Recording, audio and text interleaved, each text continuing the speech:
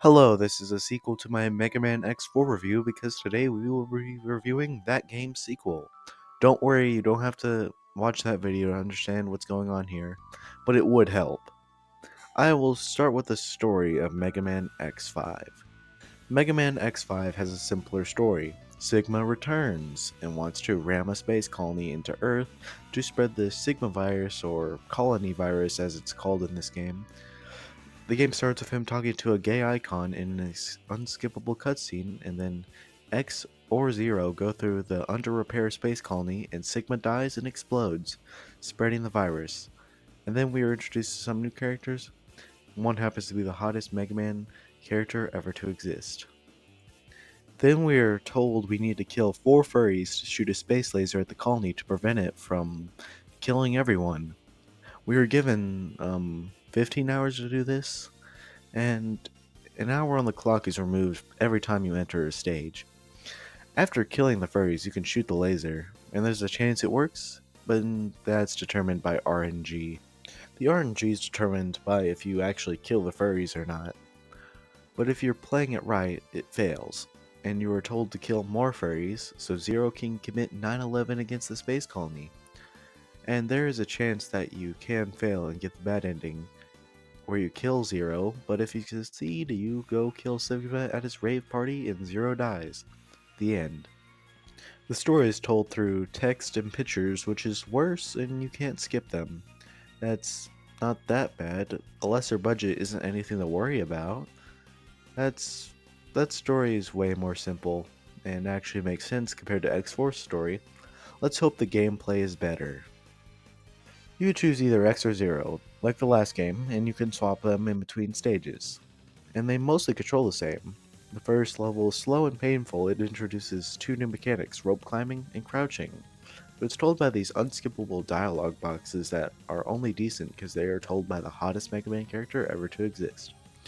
They don't explain the virus mechanic either. If you get hit by these Sigma heads enough times, Zero will get stronger and X will get weaker.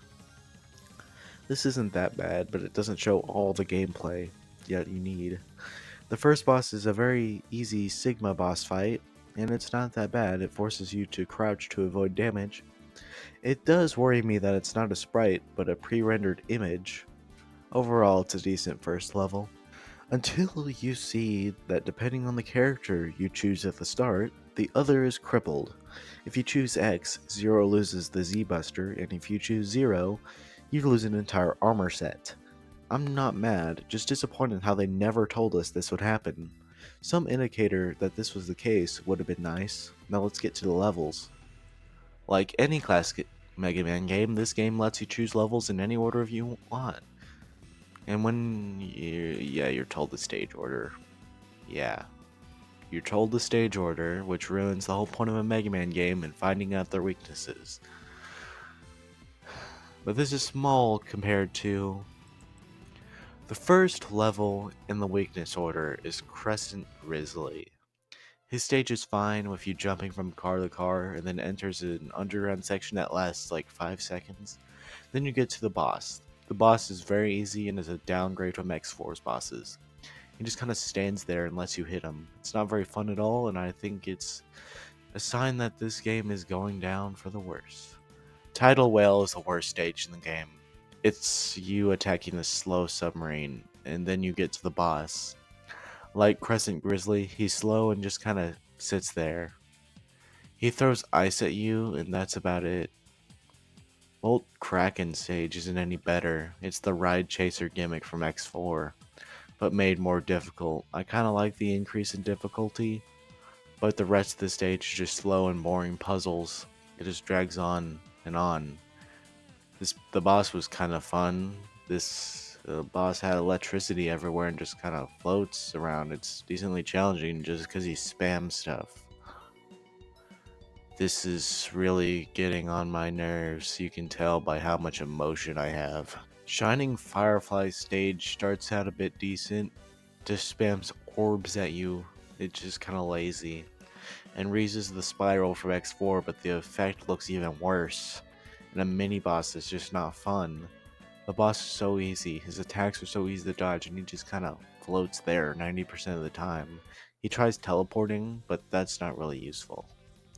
Dark Arc Necrobat stage is slow of a platform gimmick and a returning gimmick from X4 with the stage flips, but unlike X4, it's not done with any creativity and it's just kind of there to be there. The boss is easy, and he just flies around. Spiral Pegasus has a stage. You destroy bombs and ride on like slow platforms. It's pretty boring and really easy. The boss is decent, he flies around quickly, but all challenges are removed because his weakness is time stop. Yeah, it was a decent fight. Burn Dino Rex's stage is you just stand still and wait for lava to go away. There is a section that requires you to take separate paths. One is a slow ride armor section, and the other is an dragon. The fight against the flaming T-Rex is well designed, but is made too slow to do anything. Spike Roserade stage is just you climbing on vines. The fight is okay. He whips you. That's about it. Oh yeah, Dynamo shows up sometimes. He's cool. His boss fight is okay, just kind of unneeded. The Sigma stages are okay. The first one is the best stage in the game because it reuses level design from Quickman stage. And the rest of the Sigma stages do stuff like this. The bosses are okay, with Shadow Devil and Ragna Bagna. Shadow Devil is the worst Mega Man boss ever. It was designed horribly. It's the original Devil, but it's so zoomed in, you don't have enough time to move, and the patterns are random. The only way to avoid damage is to spam wall kick in a corner that requires near frame inputs. I damaged my thumb playing this boss. This game isn't just bad, it's a danger to your health. Near melee levels of thumb destruction. My thumb still hurts. I should probably go see a doctor. X versus Zero is cool, but way too easy to be meaningful. The Sigma fight is decent, but only because of how stupid it is, with undodgeable purple blocks. And then the credits roll. Zero dies. The end. Finally. There are collectibles, like X4, but you have to have all the armor pieces to use armor, and that creates a ton of backtracking. The other collectibles work the same as X4, but some of them can't be collected by Zero, and the others can be collected by X and his armors, which means even more backtracking. It just drags out the game.